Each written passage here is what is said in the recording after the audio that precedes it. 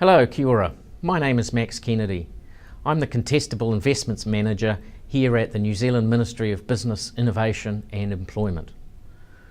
Welcome to this year's Endeavour Fund Research Program Round. We really appreciate the time and expertise you put into assessing applications for us. Our Science Board relies heavily on high quality assessments to make funding decisions, so we really appreciate your efforts. Before I go into details, I'll give you a brief overview of the research program mechanism. Before we go further, I want to go over the high-level mission of the fund, and that is to support research, science or technology or related activities with the potential to positively transform New Zealand's economic performance, the sustainability and integrity of our environment, to help strengthen our society, and to give effect to the Vision Mā Tauranga policy. The key words in that statement are potential to positively transform. What we're hoping to see in the 2017 Endeavour Round is research ideas that will positively transform our economic environment or social performance in a way that simply making something that already exists better cannot do.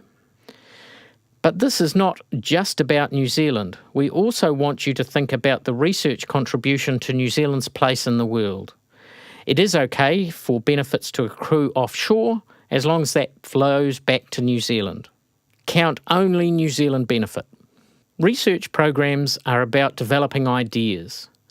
They support the development of ambitious, excellent, well-defined research ideas which collectively have credibility and high potential to positively transform New Zealand's future in areas of future value, growth and critical need.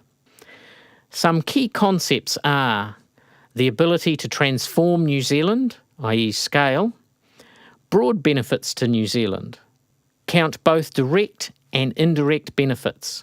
Examples are on page 35 of the Assessor Guidelines. Assess future value. There may be high future value in key startups, in emerging sectors, or from next users from upstream platforms, as well as the more traditional larger players with a clearly defined implementation pathway. The definition and clarity expected of the implementation pathway is proportional to the development of the science and the sector. A shift towards higher risk science with longer term impacts. Next, we'll talk about the roles and responsibilities in the assessment process and the assessment criteria. Your primary responsibility is to assess proposals by applying the scoring guide. Although excellence is assessed as part of the overall ranking, your role is to only consider the impact criterion. Do not assess science quality. You need to consider the evidence in the proposal, matching it to the scoring guide to determine your final score. Record your decision and the reasons for it in the IMS Portal. Assessors also need to flag potential conflicts of interest regarding the applications you are assessing and to tell us as soon as possible at the beginning of the process so we can reassign the proposal. You need to think collaboratively and participate in the panel sessions. By that we mean be prepared to have conversations with fellow assessors on wide-ranging scores where necessary. Note that extra weight will be given to assessors who have read the proposal in detail. Lead assessors need to prepare and record assessment summaries based on the comments of individual assessors. This can start once 3 assessments are available. The summary should bring together the results from individual assessors. It is important to note that this is not a consensus view, but summarises the views across all assessors. Our role at MB is to provide information and guidance to support the assessment process and you as assessors, including guidelines for assessing research programs inclusive of scoring guide, a training package containing helpful hints and exercises. MB will not involve itself with the assessment of specific proposals. The Science Board makes shortlisting and funding decisions based on the finalised assessments. Your role is to assess the impact component of the proposal only. Note that science excellence of the proposal has already been assessed. Your role is also to score the proposal against the scoring guide by applying a score and providing a constructive assessment comment. Note that you will be able to see science comments. Each proposal and score is relative to the scoring guide, not relative to other proposals. Your role does not include reviewing or relitigating the assessment of excellence or considering the portfolio balance. Impact is made up of two sub-criteria: benefit to New Zealand and implementation pathways. Both are equally weighted, which means they should receive the same amount of attention. And with each of these criteria, we must consider vision mā tauranga if relevant. Attributes are features which constitute each of the two assessment sub-criteria.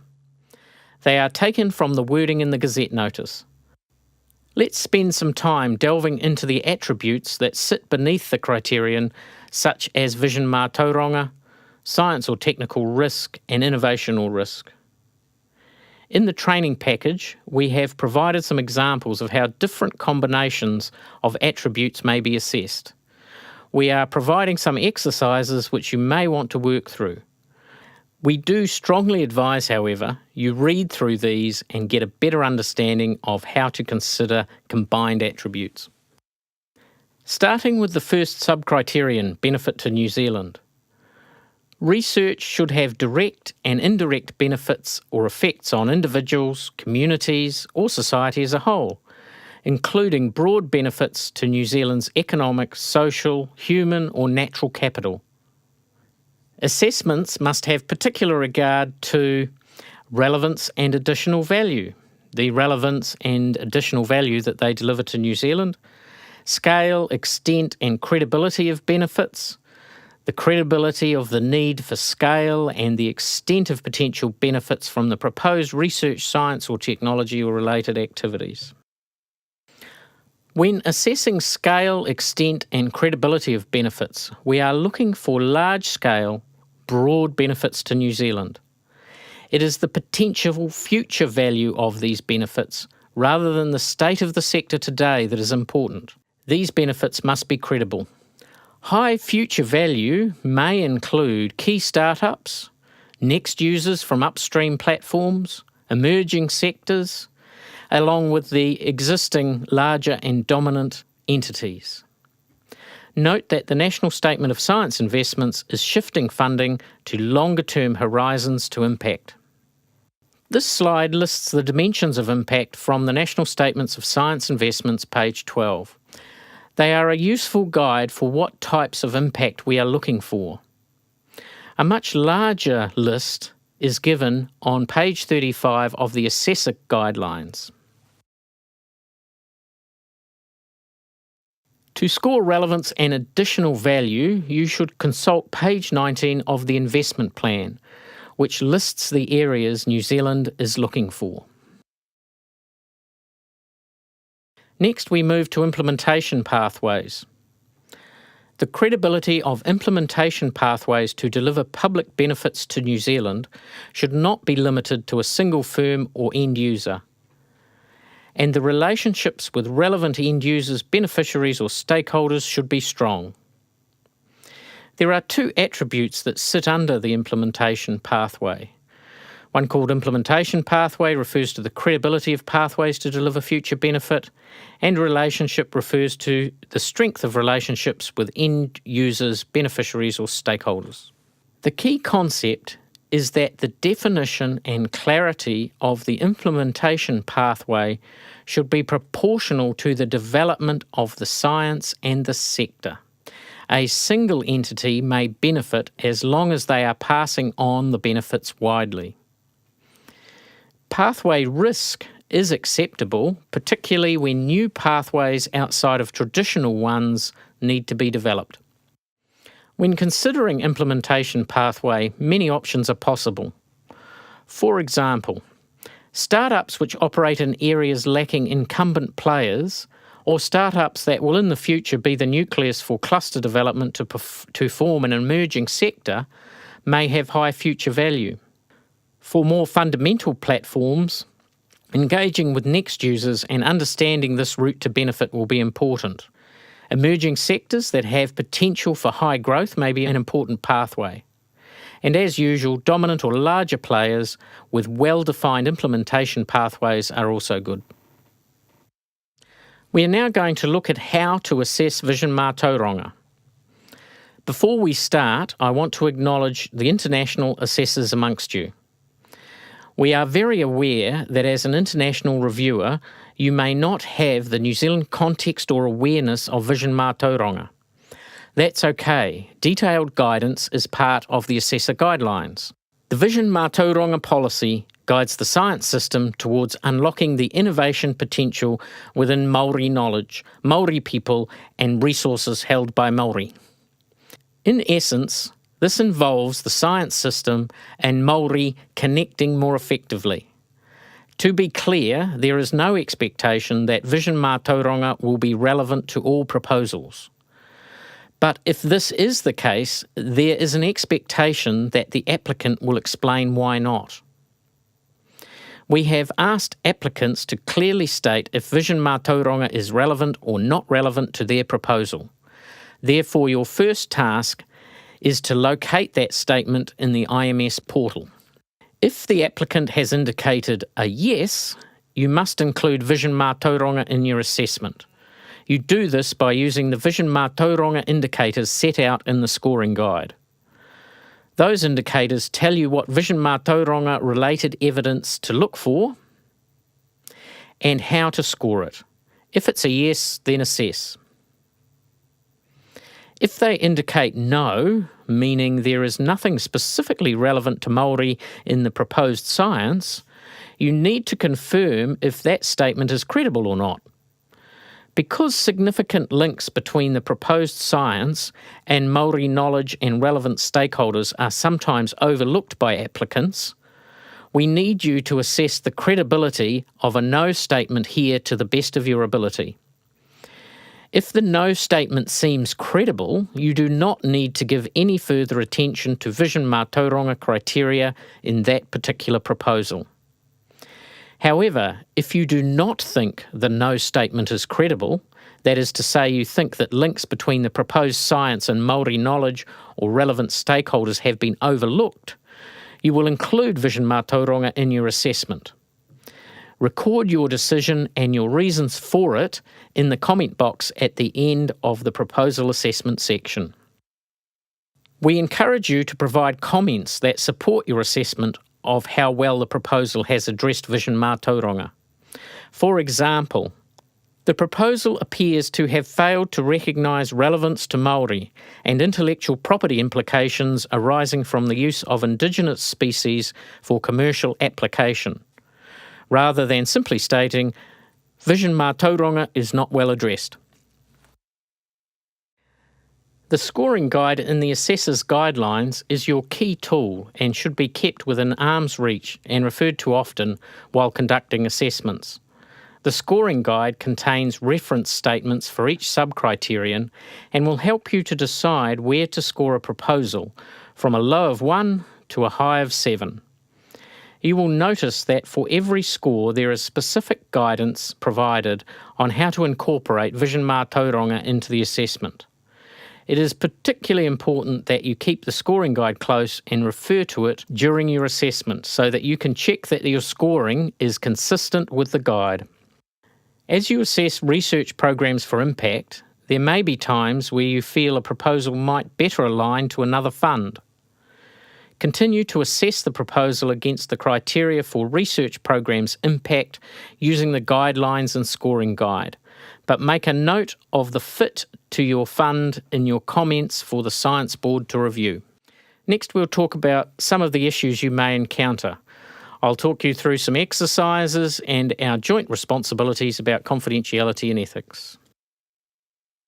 Single companies entity benefit.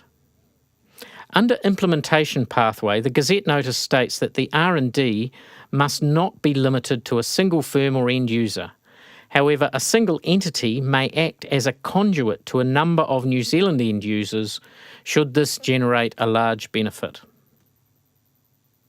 big sectors versus small sectors. It is the researcher's contribution to the future state of the sectors that matter, and not the size of the sector today.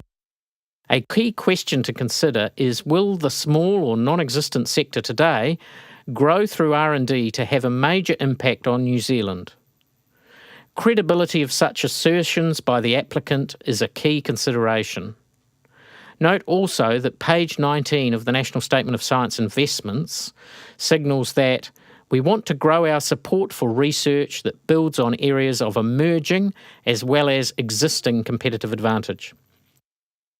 Export versus domestic consumption versus import replacement. It is the total benefit that is the meaningful measure, not where the benefit is realised, i.e. exports or onshore. You may wish to moderate your relevance and additional value sub-criteria by scoring based on the investment plan's future direction, page 19, that states, research is critical to grow exports. Very long-term impact versus short-term impact. For example, the time for a pine tree breeding outcomes versus the time to develop a new software product is very different. It is the total benefit that should determine your score of the scale, extent and credibility of benefits. However, if the time frame of achieving benefit is not appropriate to the nature of the product or service, then your score of the scale, extent and credibility of benefits attribute may be modified downwards. The National Statement of Science Investments notes, however, a desired shift to higher risk science with longer term impact. One implementation pathway versus many. The score is based on whether the implementation pathway will generate the benefits espoused. In some cases, having just one pathway may generate the most benefit. In others, it will be multiple pathways. Important things to consider are the credibility of the pathway, a comprehensive impact plan, relevant impact relationships. There needs to be enough detail so that pathways can be traced and the role of each participant end user is clear, even if these are envisaged for the future. Science quality and novelty does not affect your score because the science evaluation has already been conducted by expert science assessors and viewed as acceptable by the Science Board. Assume that the science will be successful and then assess impact from there. Your role is to assess impact that will result from the successful science. If the successful science will not lead to the benefit espoused, then the scale, extent and credibility of benefits attributes will score low. However, you should note any issues you see with the science if they affect or influence either the implementation pathway or the ability to deliver. Explain why this is an issue and any aspects that could be shaped into a contract condition to ameliorate your concern, if that would improve the quality of the work being undertaken and the impact it will deliver. Health benefits. Many applications may have both health and economic or social benefits. Health R&D is funded by the Health Research Council, and MBIE's call for proposals was clear that we will not fund proposals where health is the primary outcome. But we will fund proposals where health is one of a number of outcomes. You should not include public health benefits in your benefit assessment unless two applications with equal benefits outside of health have scored the same. Then health benefits may become a discriminator between such applications as one has more total benefits than the other. We have developed a range of exercises for you to try. The exercises should assist you to identify and take a consistent approach to common issues. Now for some housekeeping matters. Next we'll talk about our joint responsibilities around confidentiality and ethics, conflicts of interest, where to from here, and the resources and support available to you. Confidentiality is of critical importance. The way we treat confidentiality and conflicts of interest is critical to the integrity and success of the entire investment process. To ensure the safekeeping of all proposals and assessment material, all information you assess must remain confidential, If you are contacted by an applicant, ask them to contact us directly and let us know immediately. At the end of the assessment process, you must destroy or return all saved or printed documentation relating to the assessment process. And remember, assessments are accessible under the Official Information Act and may form the basis of feedback to applicants. Your comments should relate only to the criteria you are assessing, be objective and impersonal. New Zealand and the scientific community are well connected. Conflicts of interest do come up. Before you can begin your assessment, you'll be provided with the research abstract and a full list of all members of the research team. Use these details to determine if you have a conflict of interest, be it direct or indirect. Examples of a direct conflict would be if you were directly involved with the proposal, an immediate relative was in the applicant group, or you stood a chance of benefiting financially if the proposal was funded. You can decline a specific proposal if you have a direct conflict of interest. An indirect conflict would be if the applicant worked in your organisation or an organisation you worked with, you had a personal relationship with a team member, were a potential future user of the research, or if you were involved in a competing proposal. A full list of conflicts of interest are in your guidelines. If you think there is a direct conflict, declare it immediately so the proposal can be reassigned. The assessment timeframes are quick turnaround, so doing this sooner rather than later is essential. If you think there is an indirect conflict, get in touch with us and we'll help to determine next steps, as indirect conflicts need not always require you to decline a proposal. You will not be able to assess the full proposal for assessment until you've confirmed whether there is a conflict of interest in the IMS portal. As mentioned earlier, we've provided you with guidelines which include a comprehensive scoring guide, a training package which contains helpful hints and training exercises, IMS Portal guidelines for assessors. Note that the IMS Portal works best with Google Chrome. We highly recommend you read the Assessor Guidelines, complete the exercises for assessors, and read the portal guidelines before you start your assessments, as these documents contain essential information that will guide you in your role as an assessor. If you have not received these documents, let us know. We also encourage you to read or consult the Gazette Notice, Call for Proposals, Investment Plan, and the Vision Mart Tauranga Policy. All of these can be found on the Assessors Resources page of our website. If you have trouble assessing any of these documents, again, let us know. To support you through the assessment process, email any questions you have to assessors@mbie.govt.nz. At any time, include your telephone contact details and time of availability if your query is a matter of urgency, and we will respond as soon as possible. When sending an email inquiry, it would help us to help you if you put the subject of your inquiry in the subject line of your email. This will enable us to pass your question on to the right person quickly and provide a swift response. Examples of the types of subjects might be impact, conflict of interest, Vision Mart Tauranga, availability. We will post frequently asked questions on the Assessors Resource page and include those asked by applicants to provide you with further context. What's next? We will notify you by email when proposals have been assigned to you for assessment. We will also let you know if you are a lead assessor. You will then need to log into and use the IMS portal to access your assignments and record your assessments. There are comprehensive guidelines on how to do this. If you don't already have these, let us know. Please note that proposals are not assigned all at once, but over a period of time. This means that more may appear each time you log into the portal. Please check by logging in frequently. Thanks very much for your commitment in assessing these proposals. We hope that your experience will be stimulating and rewarding. And if you have any questions, don't hesitate to get in touch with us. Thanks again.